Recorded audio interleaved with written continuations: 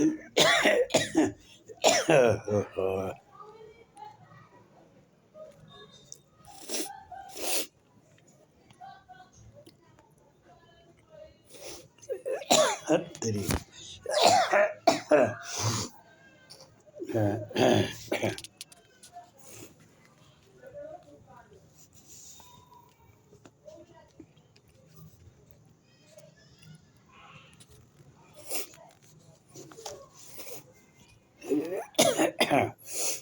हरे कृष्णा कृष्णा कृष्णा हरे हरे, हरे राम राम राम हरे हरे। श्री कृष्ण प्रत्येक वस्तु के सार तत्व हैं। अगर वो उनको वहाँ से अलग कर दी जाए तो उनके निकलते ही वह वस्तु सारहीन हो जाती है। एक श्लोक है भागवत गीता के 7.9 का, पुष्पो गंध पृथ्व्या च तेजवसी चामी विभावसो जीवनम सर्वभूतेषु तपस्विषाम तपसी वसु। अर्थात भगवान कहते हैं कि मैं पृथ्वी की आद्य सुगंध और अग्नि की उष्मा हूँ। मैं समस्त जीवों का जीवन तथा तपस्वियों का तप हूँ। श्री कृष्ण ने अर्जुन को बताया कि जल के अंदर वो रस की तरह रहते हैं, रस बनकर जल को धारण करते हैं, और आकाश को वो शब्द बनकर धारण करते हैं। तो अब ये बात सुन के अर्जुन के मन में शंका होती है कि यदि कृष्ण जल तथा आकाश हैं कर्मशः, तो पृथ्वी तथा अग्नि को किस प्रकार धारण करते हैं? वो जो जल है और आकाश भी है, दोनों है, तो फिर पृथ्वी को किस तरह वो अग्नि, अब पृथ्वी पर जो अग्नि है उसे कैसे धारण करते हैं? तो अंतर्यामी होने के कारण कृष्ण को ये बात समझ में आ जाती है कि कृष्ण के मन में शंका है।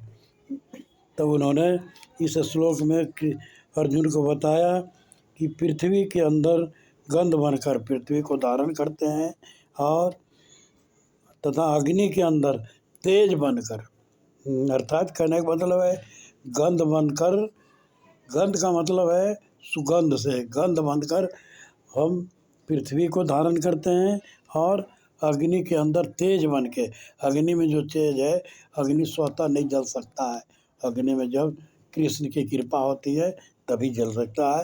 वो कृष्ण की कृपा से, कृष्ण के तेज से ही जल सकता है। तो पहला जो है कि जो पहला था पुण्यो गंध पृथ्वी च, मैं पृथ्वी में पवित्र गंध हूँ। पुनः गंध पृथ्व्याम च, अर्थात मैं पृथ्वी में पवित्र गंध हूँ। इस श्लोक के तात्पर्य में श्रील सर्वपाद लिखते हैं, पुण्य का अर्थ है जिसमें विकार न हो, अतः आद्य। इस जगत में प्रत्येक वस्तु कोई न कोई सुगंधित होती है, क्या फूल हो, जल हो, पृथ्वी अग्नि वायु आदि सभी में सुगंध होता है। समस्त वस्तुओं में व्याप्त अदूषित भौतिक गंध जो आद्य गंध है वो कृष्ण है। तो पृथ्वी में वो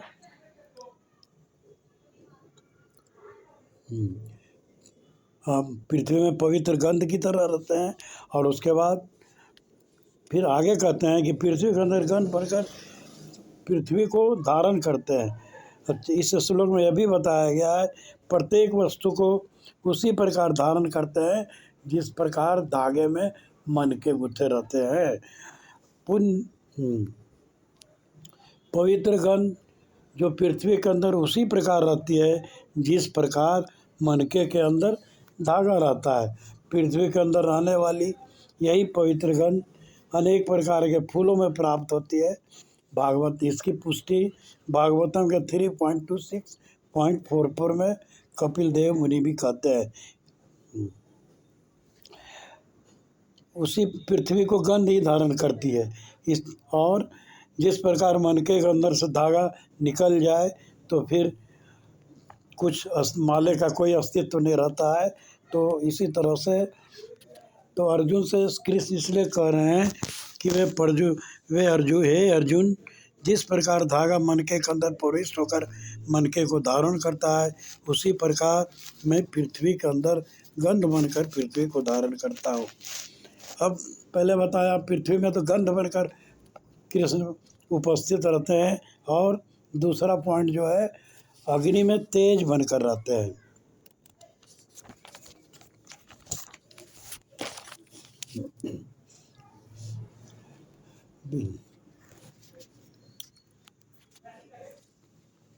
विवाह वसु का अर्थ है अग्नि। अग्नि के बिना तो कुछ भी नहीं हो सकता है। जो हमारी पाचन क्रिया है वो भी जो वैदिक चिकित्सा के अनुसार कुपच का कारण भी पीठ की अग्नि है। अगर पीठ में जठार अग्नि है तो इस तरह से क्या होता है कि उसे खाद्य पदार्थ को पचाने के लिए जो कुछ हम भोजन करते हैं उसे पचाने के लिए अग्नि की आवश्यकता है। तो कृष्ण कहते हैं कि अग्नि के अंदर मैं तेज बनकर उसे धारण करता हूँ। जिस प्रकार मनके के अंदर प्रविष्ट होकर धागा मनके के अंदर प्रविष्ट होकर मनके को धारण करता है, उसी प्रकार मैं अग्नि के भीतर तेज बनकर प्रवेश करके अग्नि को धारण करता हूँ। तेज का अर्थ है जलाने की शक्ति। यहाँ पर कृष्ण कहते हैं कि वे अग्नि में तेज हैं। यदि तेज का अर्थ जलाने की शक्ति मानी जाए तो कृष्ण कह रहे हैं कि अग्नि में जो जलाने की शक्ति है वो उन्हीं की शक्ति है, वो कृष्ण जाते हैं। कृष्ण चाहे तो अग्नि शीतल भी हो सकती है। जैसे उदाहरण है हनुमान जी का, जब लंका दहन के लिए गए तो उनके पूँछ में जो अग्नि थी, तो अग्नि के प्रकोप से वो कैसे रह सकते थे अगर अग्नि तप्त होती तो। लेकिन भगवान की कृपा से, श्री कृष्ण की कृपा से वो बर्फ जैसा शीतल था और उन्हें आनंदमयी था, उससे आनंद उन्हें प्रदान कर रहा था। हाँ, तो इसी तरह से वाल्मीकि मुनि का जो वाल्मीकि रामायण है उसमें भी कहा जाता है कि हनुमान जी कह रहे हैं, यह आग सब ओर से प्रज्वलित होने पर भी मुझे जलाती क्यों नहीं है। इसमें उतनी सी ज्वाला उठती दिखाई दे तथा भी यह मुझे पीड़ा नहीं देती है।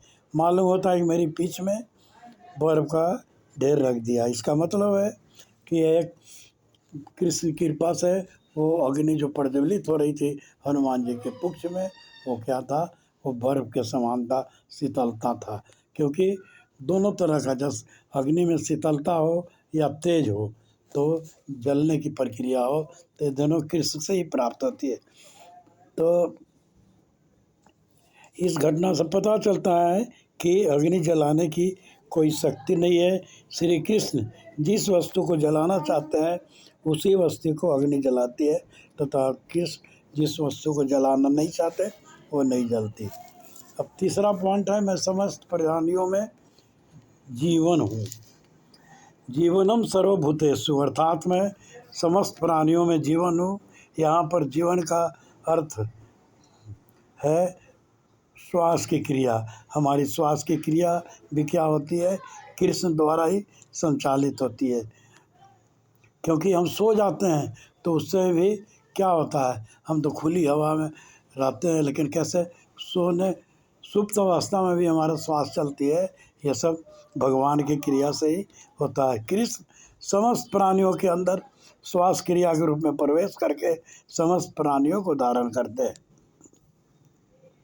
और उन्हीं की कृपा से श्वास चलती है।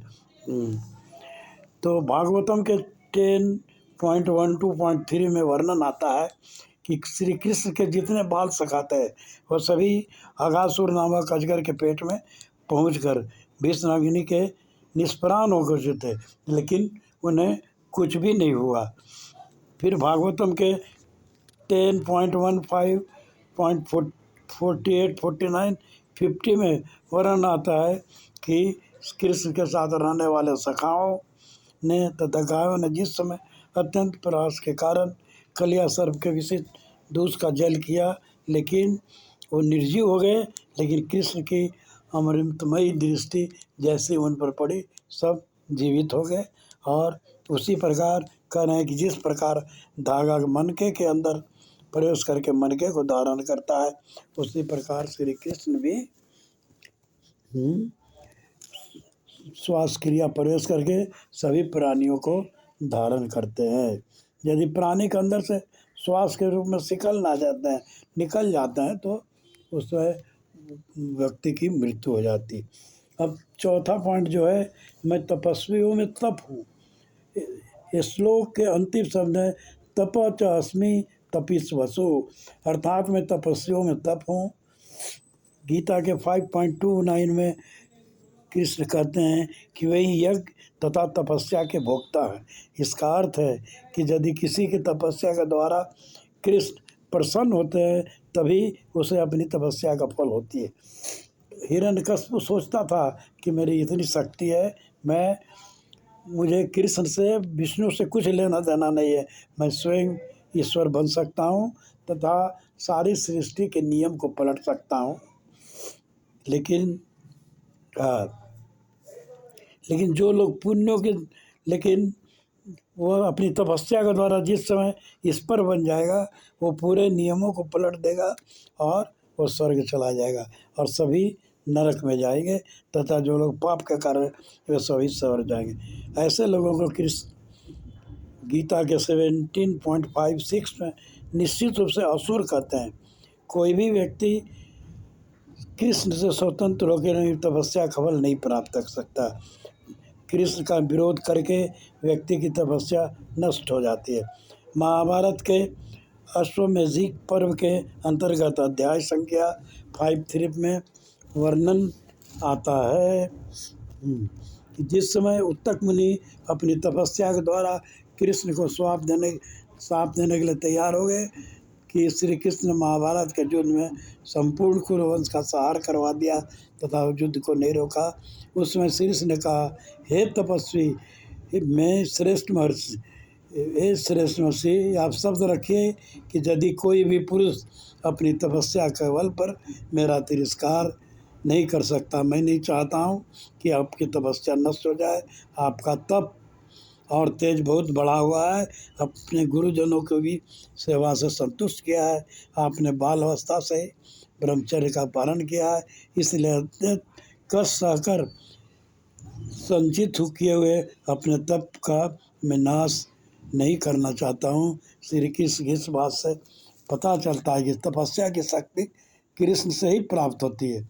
जिस प्रकार धागा मनके के अंदर प्रवेश करके मनक की रक्षा करता है, उसी प्रकार श्री कृष्ण भी तपस्वियों के अंदर तपस्या की शक्ति के रूप में प्रवेश करके तपस्वियों की रक्षा करती हैं। इस श्लोक में प्रभुपाद जी का एक बंगाली अनुवाद है। पृथ्वीर पुष्पगंध अग्निर प्रभाव जीवन सर्वभूतेरु तपस्वी तुमा। तो यहाँ पर कृष्ण अर्जुन से कह रहे हैं, जीवन सर्वभूतेरे तपस्वी तपा, अर्थात हे अर्जुन, मैं ही सभी प्राणियों को जीवन देने वाला हूँ तथा तपस्वियों की उनकी तपस्या का फल देने वाला हूँ, इसलिए तुम मेरे भक्त बनो। हरे कृष्णा।